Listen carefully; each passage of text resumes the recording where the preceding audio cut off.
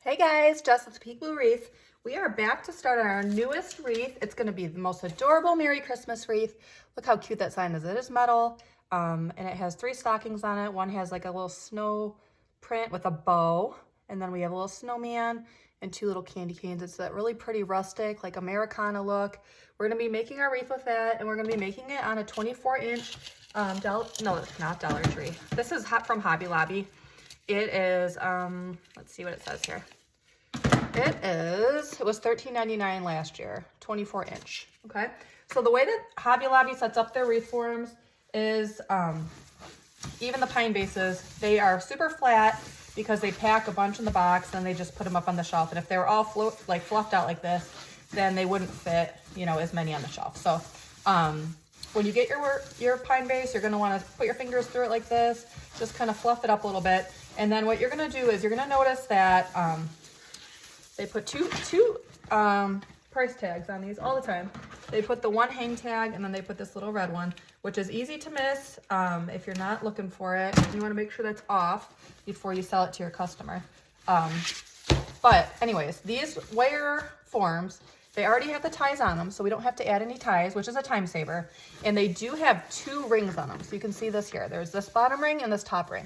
So we're just gonna go through and separate them a little bit just so that we don't tie in any of our bottom pieces to our top ring. Because we are gonna make sure that we do wire this just like we do the 14-inch ones, where we're gonna put 12 pieces of mesh and 12 ribbon tie, sets of 2 ribbon on the bottom.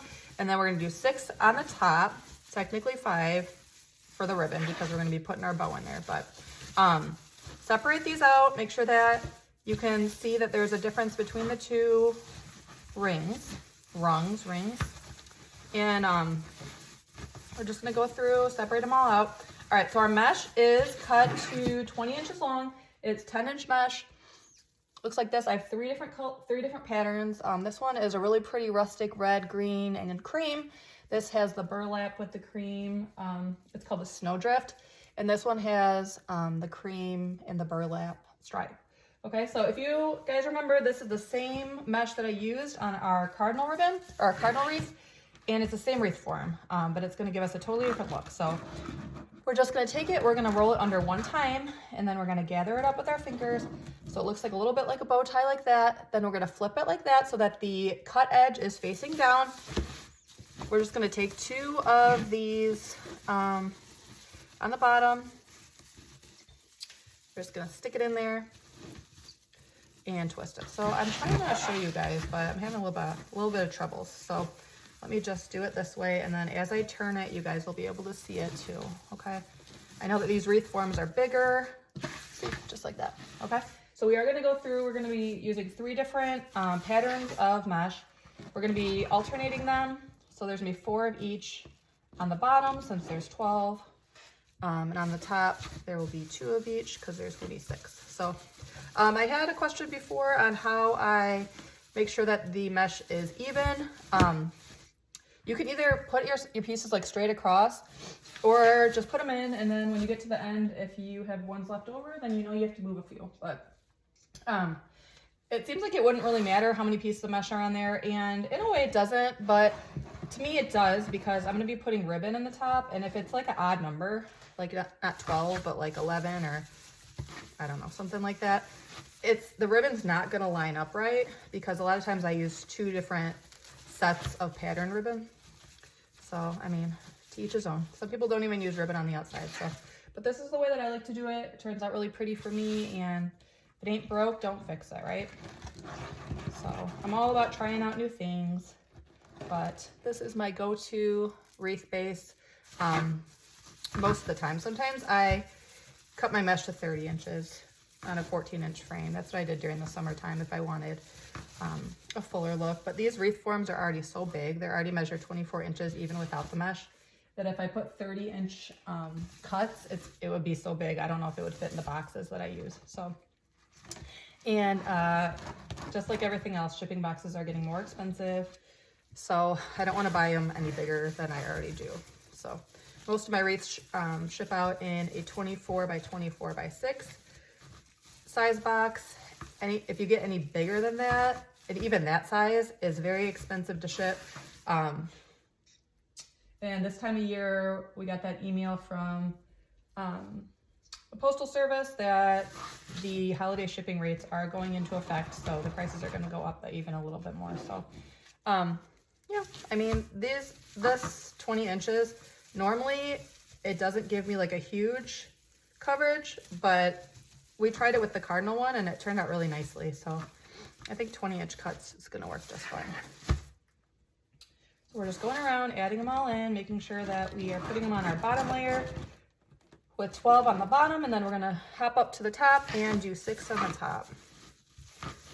It's a little bit harder. Well, it's not harder, but spacing them out on the top, I kind of do try to go across from each other so that it's a little bit more evenly spaced. There we go. I'm really excited to make a wreath in this color scheme. There's like, I didn't realize that there was so many different themes of Christmas until I became a wreath maker. Maybe it has to do with age too, I'm not sure. But I know that some people really like the classic red and green Christmas. Some people like more of this rustic kind. You know, all different types of people and all different styles. So I do know that these rustic ones do tend to sell well. So we're gonna be doing it. It's kind of cozy, I think. And plus, I really like that sign. I was inspired with that, with those stockings, and I have a lot of ribbons that will match that color scheme too. So I got lots to choose from when it comes to the bow. Just like the other ones, I'm making sure I kind of butt them up against each other. 1, 2, 3.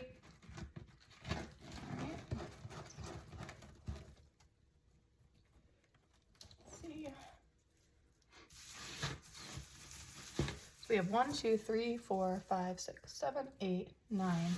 That means that I'm putting them too close together. Who would have thought? All right. Start spreading them out a little bit here. So it's kind of funny because putting these in, it's like a time saver that you don't have to wire a frame, but it's also, if you do have to move them again, it's not the end of the world, but it does kind of take up some time. So we get a little fray here and there. All right, let's put in our cotton one. This is called a, what is it called? It's just really, I like it. It's a really nice look to it, and it has the strands coming through it. Let's see if I have to move one of these. Let me move this one. I know. No one's perfect, right?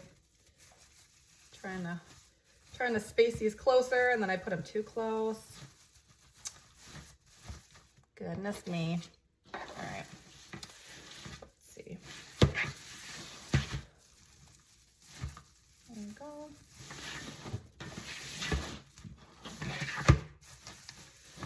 All right, I'm not putting any extra ties in here. I'm just using the ties that are already attached. And then, let's see. Let's move this one a little bit. This one back over here.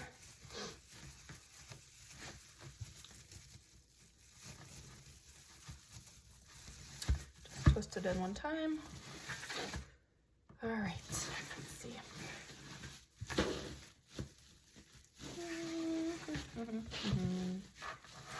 Let's try moving these a little bit. Push them over a little bit. Find them new, a little bit of home. There we go.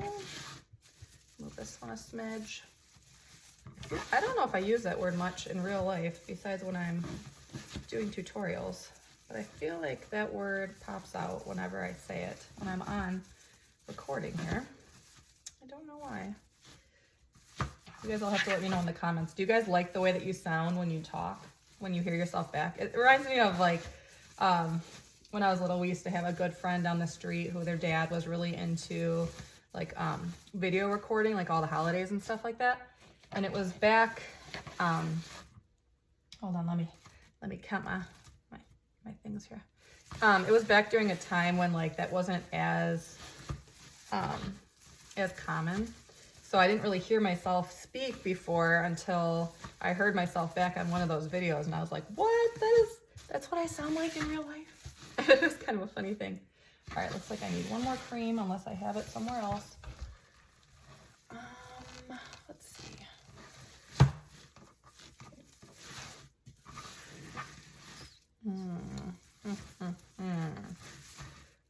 I'm all tangled up here. Let's see. Goodness gracious.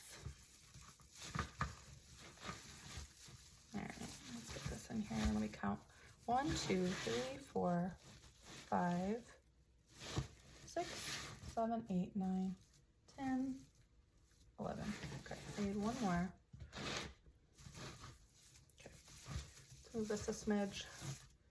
And then we'll put one more cream one, it looks like. Unless I miscounted, which, I mean, I did just have my coffee, you know, makes you a little bit jittery sometimes.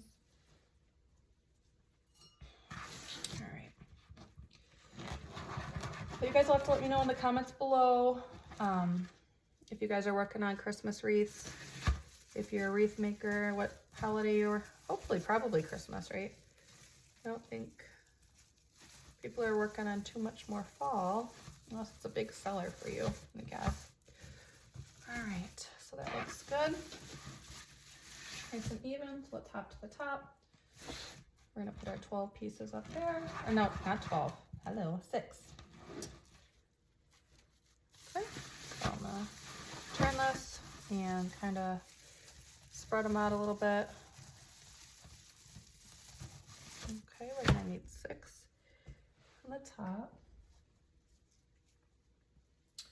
We're gonna need 2 of each one. So let me try to put them in across from each other. Let me try that out. You know, these wreaths that as they get fuller, it's hard to make sure that I'm in the camera angle with my steps. But I'm trying to be more cognizant of that. There we go. Just keep our thumbs stationary, gather up with our fingers.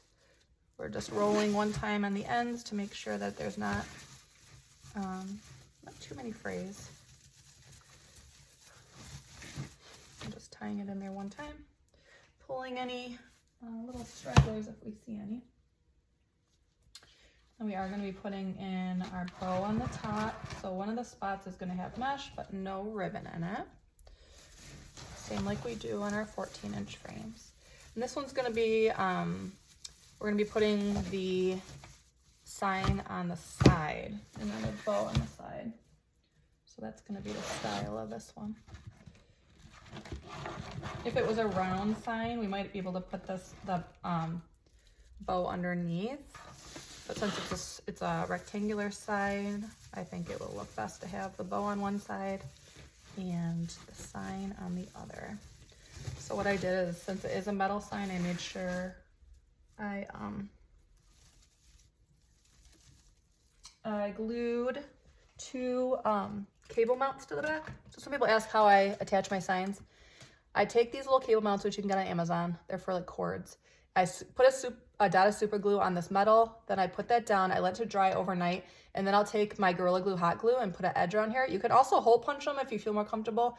And then I always put one of my business cards on the back, just in case that sign, you know, when the wreath has lived its life, and if somebody's like, where did I get this again? And they are able to see the sign, then they'll be able to say, oh yeah, Peekaboo Wreath. You know, message me to make another one or something. Or check out my shop. All right, since this is the last piece from the roll, it is a little bit short.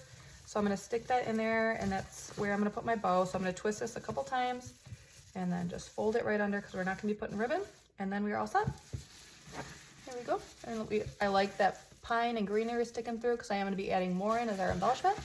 And we are all set. So make sure that you like, comment, subscribe for the next steps in this rustic Merry Christmas stocking wreath. Thanks so much. Bye-bye.